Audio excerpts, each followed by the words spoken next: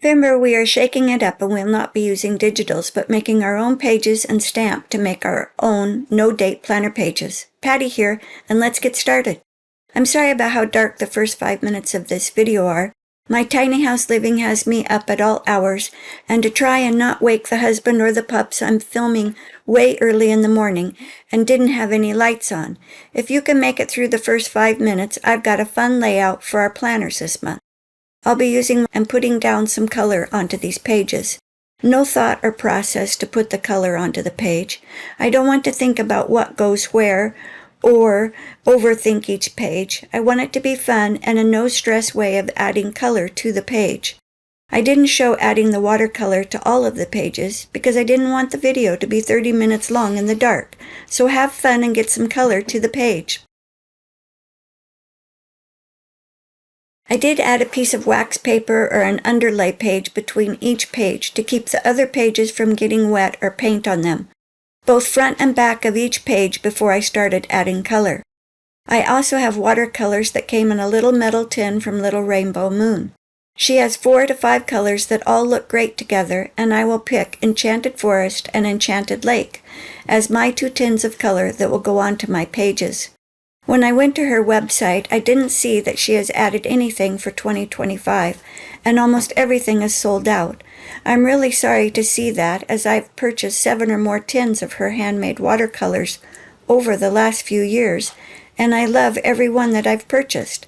Some have glitter in them, some have shimmering pigments. They are all lovely.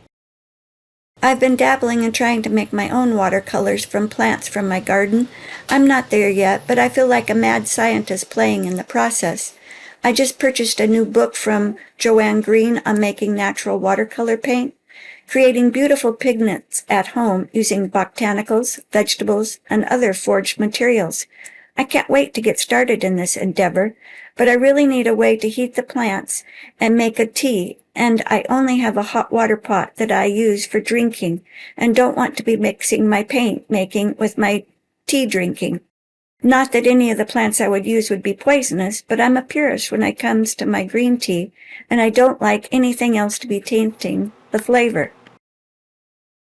I really got bogged down this month trying to create and be unique. How do I do that? So this is what I've decided to do, and so this month is the first time I will show how I'm going to work on making a no-date planner month without digitals. What will I have new to add to my Etsy shop this month? More on that later. Some of the pages I just sprayed my new sprays I received for my birthday in August. I love using placemats for my stencils and spraying the color right onto the page, covering 2 pages at a time. This was a quick way to do a couple pages. The thing I did find was that these pages are very dark and I can't write over the top of them. We'll see more on that later in the video when the sun comes up. I sprayed a couple colors through the placemat. I did add a piece of paper over the music page so that the small piece of music sheet wouldn't blend right into the pages. When I lift the mask off the music page, I added the placemat back to the page on the reverse side of the placemat to get some of the ink off the placemat, trying to line it up and get a little more of the ink off the placemat. No sense in wasting all of that ink on the back side of the placemat. It didn't have to be perfect because I'll be adding my stamp over this image for the monthly page. For one of the halves of the envelopes, I wanted to use this napkin from a friend. She knows I love napkins, and when she finds really nice ones, she always gets me a packet. I open the napkin up and remove the backside layer with a piece of tape and separate the layers, so I will only be using the top printed portion of the napkin for this project. Next, I open up the envelope so that it is one piece, and I can use my glue stick to add a layer of glue to the envelope and adhere the napkin to the envelope in one piece. I needed to get something sharp to get into the spine of the planner to be able to open the envelope up. We will be gluing the envelope back together after we adhere the napkin to it. I used a glue stick to adhere the napkin to the envelope, making sure I went to the corners of the opened up envelope. Place the napkin right over the top of the envelope. Smooth the napkin down carefully so not to rip it, getting it right into the spine of the envelope. Trim off any excess napkin that isn't adhering to the envelope. You don't need to cover the inside of the envelope because we will fold the envelope back up.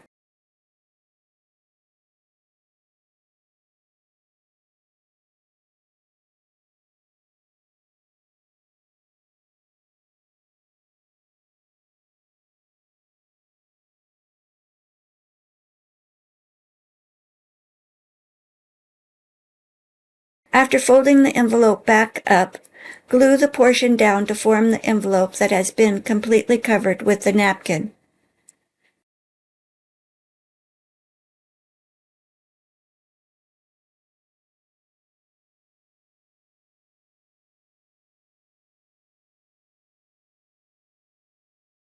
You may want to trim the envelope flap so that both sides match and have a little rounded edge. What a great way to decorate an envelope in our journals. All of our pages have some color onto them, and I will let these pages dry with a piece of wax paper between the pages so the color doesn't smear or get onto the other pages. On to making our handmade stamps. I'm using foam sheets that I picked up from the big box store. The foam has a sticky side with a white sheet of paper on it that we can draw our template onto. These two stamps are just straight lines, nothing too hard. You will need an X-Acto knife and a metal ruler to run the knife down the edge. After I got the size, I drew the monthly out onto the back side of the foam sheets, with the sticky side covered with a piece of paper. That's how it comes.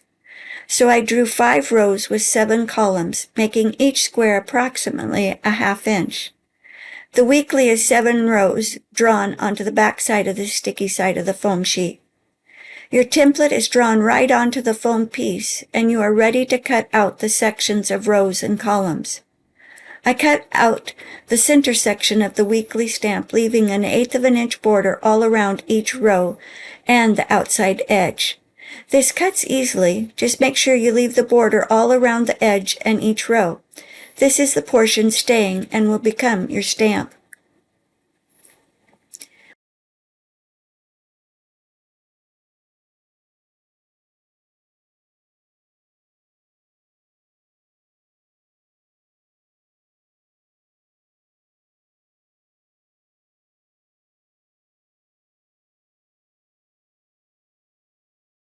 We will mount the stamp after we cut the rows onto a piece of cardboard.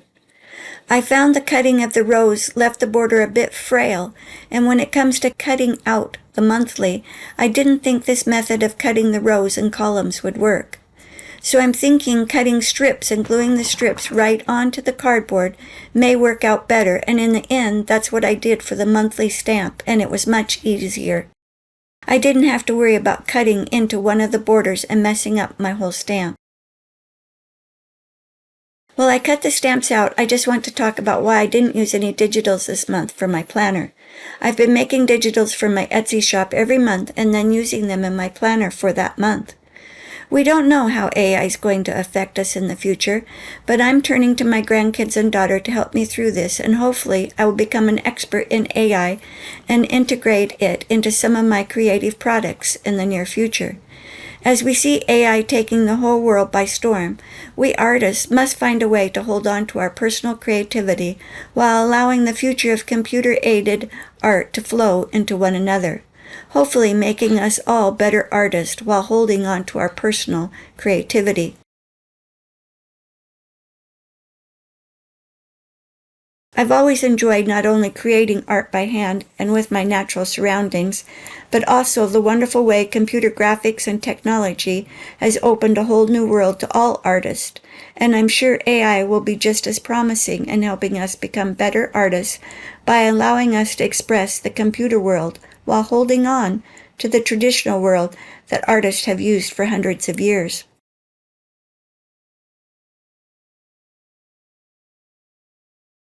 AI is here, so let us embrace it as we learn how to integrate the natural and the technical. So you will see me not only getting back to my digital creations, but hopefully finding a way to use AI and expressing more and more wonderful works of art. You know, with everything changing and technology moving so fast, I've really been thinking about how I want to create these days. Sure, digital tools are handy and open up lots of options, but honestly, nothing beats sitting down with the real materials and making something with my own 2 hands. That's why this month I skipped the digitals in my planner and just enjoyed putting it all together myself. It felt good to get back to the basics and remember why I love crafting in the first place. Sharing these moments means a lot to me, especially when handmade things are getting rare, and I hope it inspires you to cherish your own creative time too. These stamps we are creating are simple and unique, very little materials. If you can draw a straight line with a ruler and cut out the foam with an X-Acto knife, you will have a stamp you can use over and over each month. You may need a pair of scissors to cut into the corners and get the row to come out of the border. Be careful you don't cut into the border or you will have to mend your stamp. Keep trimming till you have it completely cut out. I cut my cardboard out the size I want my stamp to be and glued the border onto the cardboard. Some of the rows look a bit stretched out and not very straight, but to me that adds to the charm of this whole piece. Turn your stamp over and remove all of the sticky side of your template paper. I don't think this is enough sticky to keep it mounted to the cardboard, so I'm using my art glitter glue with a fine tip to add the glue to the foam border edge and mount it onto the cardboard. I need to move the border around a bit onto the cardboard to get it to lay flat and get the rows to be somewhat straight. You may have to add a little more glue if you move the stamp around on the cardboard very much. You want a good fit for it won't come off when using it. This may be a bit tricky, but like I said, this is what makes your stamp unique and your own. Who cares if it's perfectly straight? Not me. Now let this dry and let's start on the monthly stamp. I drew the columns and rows straight onto the cardboard, so I would have a straight line to lay my border down with. Cut strips from the outside border and the rows. I have to say, trying to cut the sticky back foam on my paper trimmer, thinking that way I would have straighter lines, was a bit tricky. Cutting an 1/8 inch strip is not easy with the trimmer, but the larger border pieces and the rows, it worked out, and they're not exactly 1/8 of an inch in width, but that's okay with me. After cutting my strips of the sticky back foam, I added glue to the cardboard along the lines I have drawn out for my template. I started with gluing down the rows, removing the sticky back film before adding to the cardboard. You may want to glue starting with the longer lines for the columns and piecing the smaller pieces for the rows. You choose which way you want to glue your sticky back strips to the cardboard. You can move the foam around a bit on the cardboard to get it to lay flat, or should I say straight. Trim off any excess that's going into the border outside areas.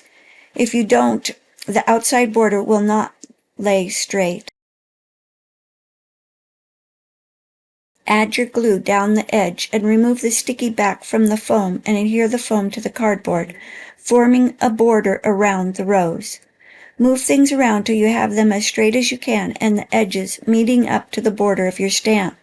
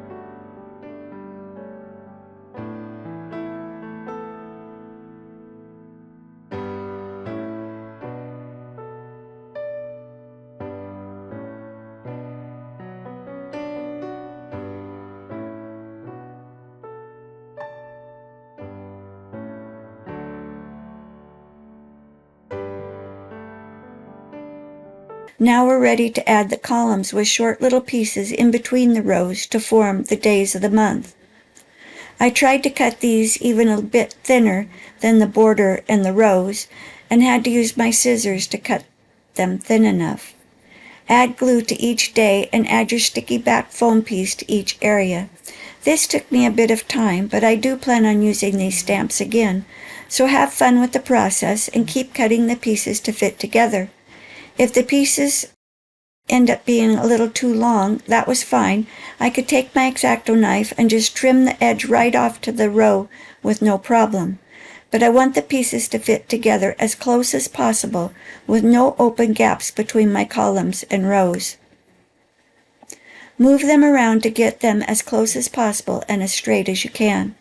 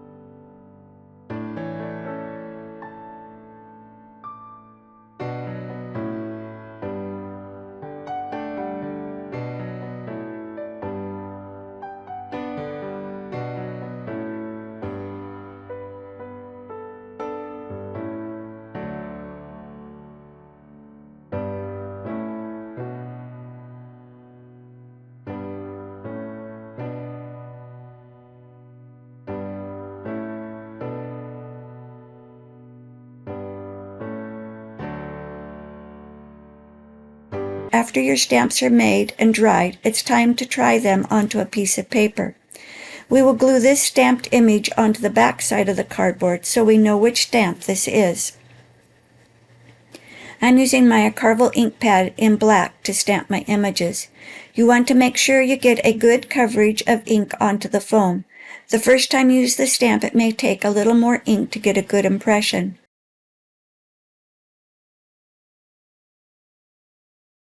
Turn your stamps over and stamp onto a piece of copy paper or cardstock. You could use a brayer to run over the back side of the cardboard to make sure you get all of the edges printed onto your paper. This is a large stamp, and you need to make sure you have all of the corners and edges pushed down to get a good print. Oh yeah, I love how that looks. We will cut this out and glue it onto the back side of our stamp.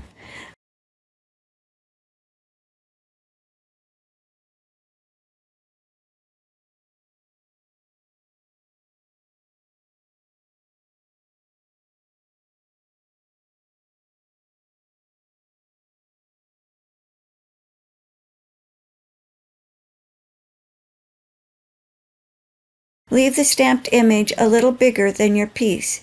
You can always cut off any excess, but I don't want my recycled cardboard to show.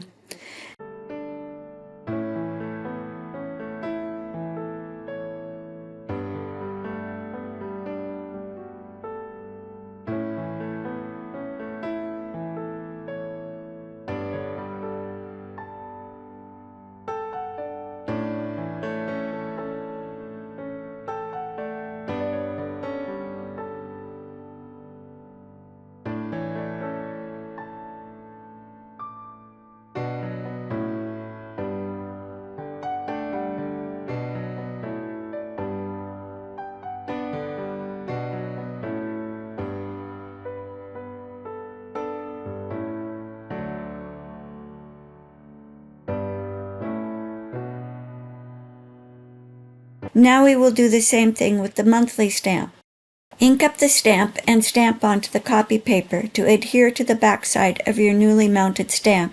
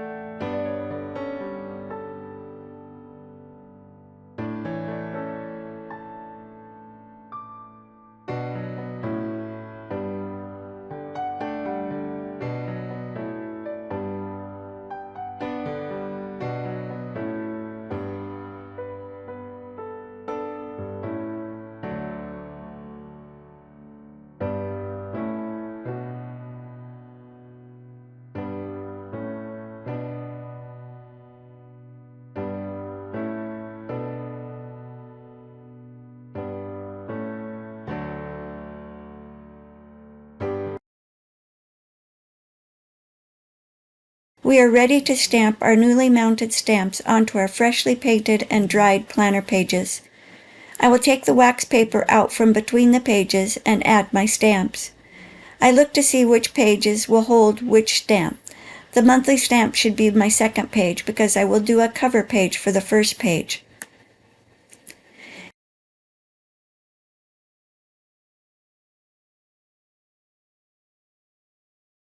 Ink up your stamp and stamp directly onto the page, making sure you get a good impression and press all of the edges and corners onto the stamp.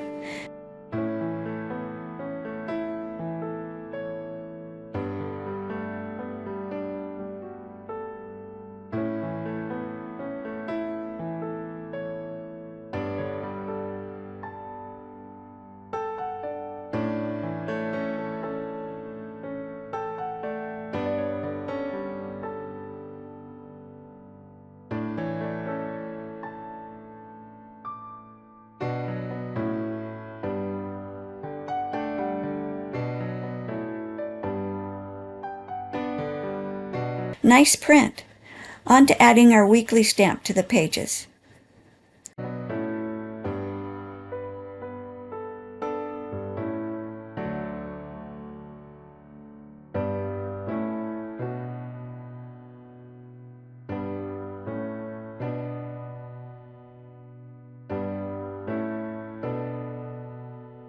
Ink your stamp and press to your page.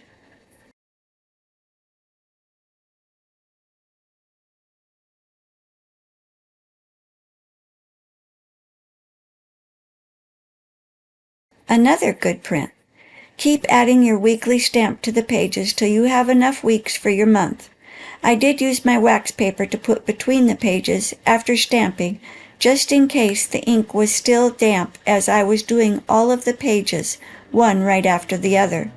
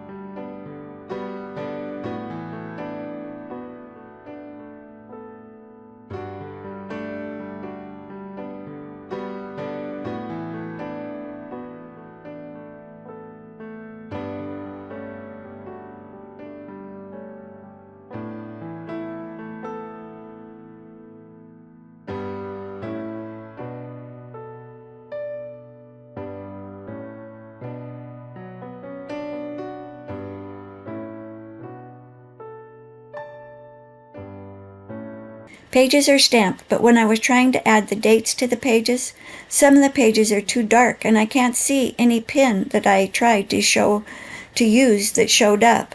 I did find a red Posca pin worked, but I decided to go and stamp the monthly again and a couple of the weeklies to copy paper and glue them over the top of the stamped watercolor page, so I would be able to see what I wrote down on that page.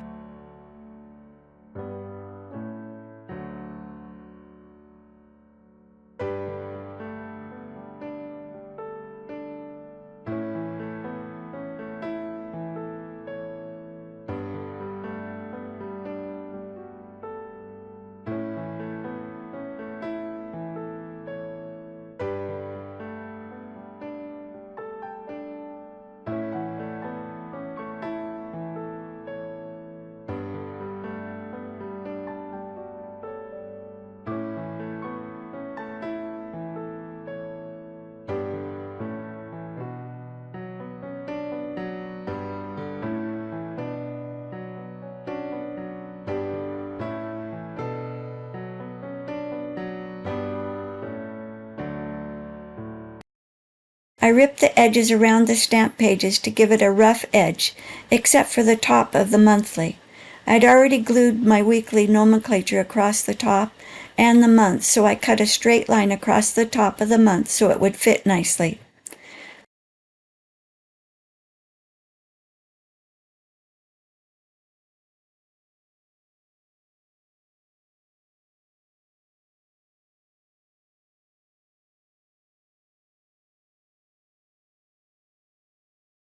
Glued this page over the top of my stamped page.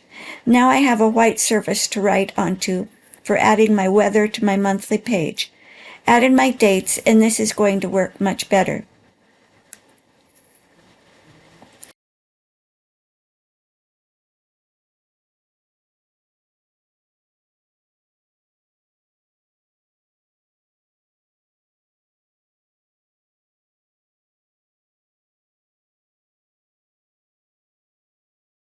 I checked a couple pages to see if I was going to be able to use my pin markings onto the watercolor page, and I thought that it would work on some of these other pages.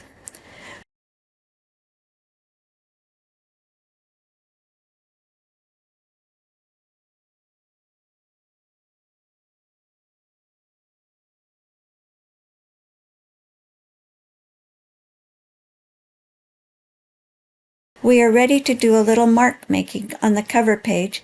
Add the nomenclature November to the page and a page tab. I found a couple stencils with letters and tried what might work for adding the month to the cover page. Adding a few more marks and squiggle lines, and this is what sets your planner apart from anyone else's digitals.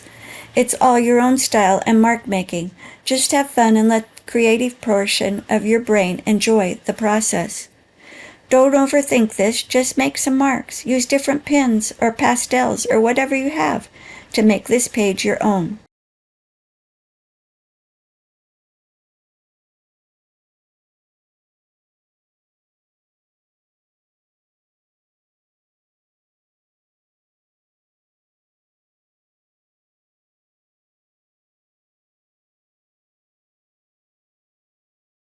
I use this stencil with the large letters onto my brown packaging paper I have on my desk and added the letters N-O-V to the piece. This has marks and colors and all sorts of stuff already on the paper, but that adds to the charm. You could use jelly prints or hand-painted papers and cut each letter out to glue onto the page.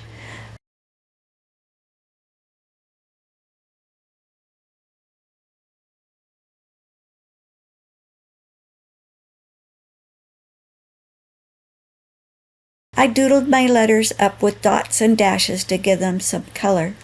I thought about adding some more watercolor to the letters, but went with my Posca pen instead.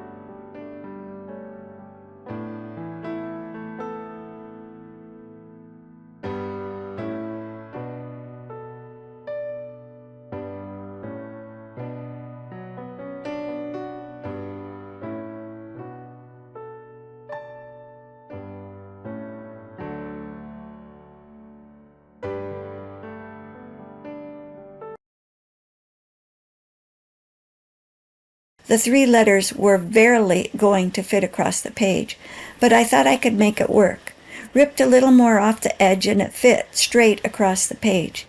You could go diagonally or randomly place the letters down the page. After decorating the letters up, I simply rip them off my desk and rip them to fit my page. I have these pieces I've already painted on watercolor paper.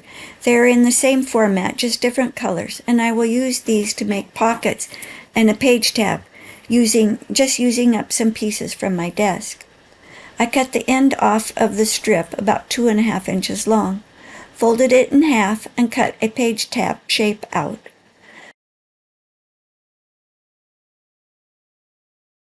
Looked at some possible places to add the page tab, on the side or maybe even the bottom of the page, but that would be interfering when putting the planner onto a bookshelf when I'm done for the year, so I opted for the top of the page. Let's ink around the edge. I'm using StazOn in a brown, around both the brown packaging paper, letters, and the page tab.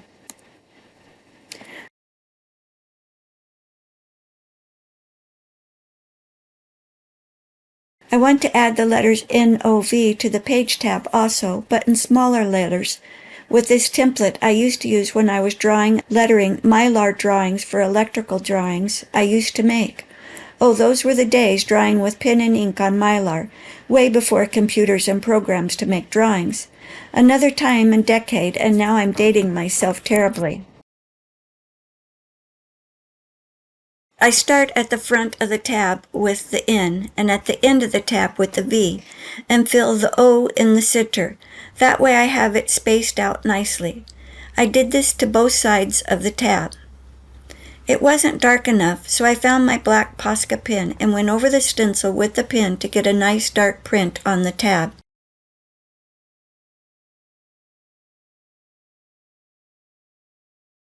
We are ready to glue the tab and the brown packaging paper to the cover page. You could add a little cheesecloth under these pieces, layer them, and get some texture onto your page. You do you and have fun creating this month.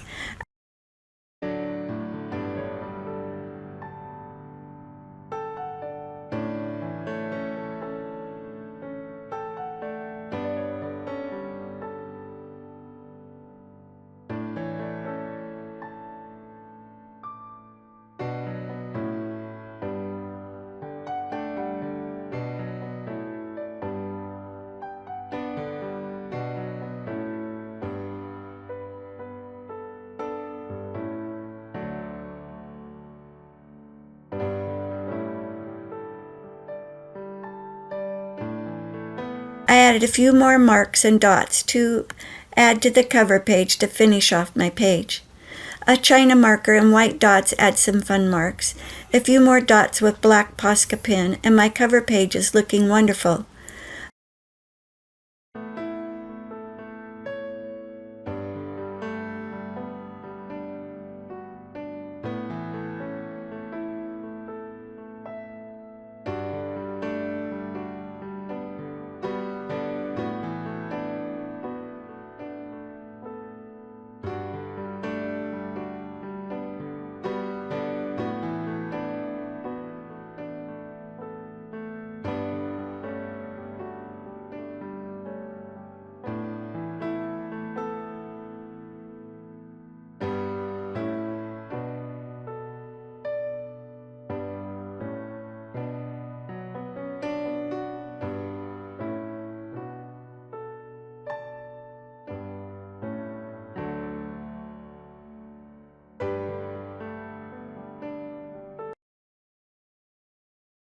I glued the watercolor pieces that were on my desk to a couple pages to add pockets and tuck spots.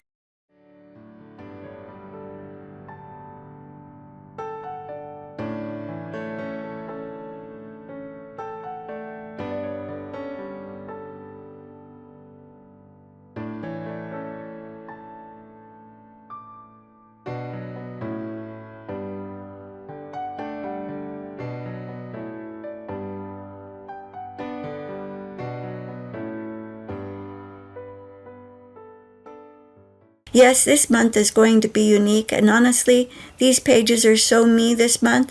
They're messy, colorful, and full of little touches that make me smile. Every time I flip through, I see my handmade stamps, hand-drawn letters and numbers, and layers of paint and ink that just feel happy. It's not perfect, but that's what makes it special. Each page is a little story of the moments I spent creating, and I can't wait to keep adding more as the month rolls on.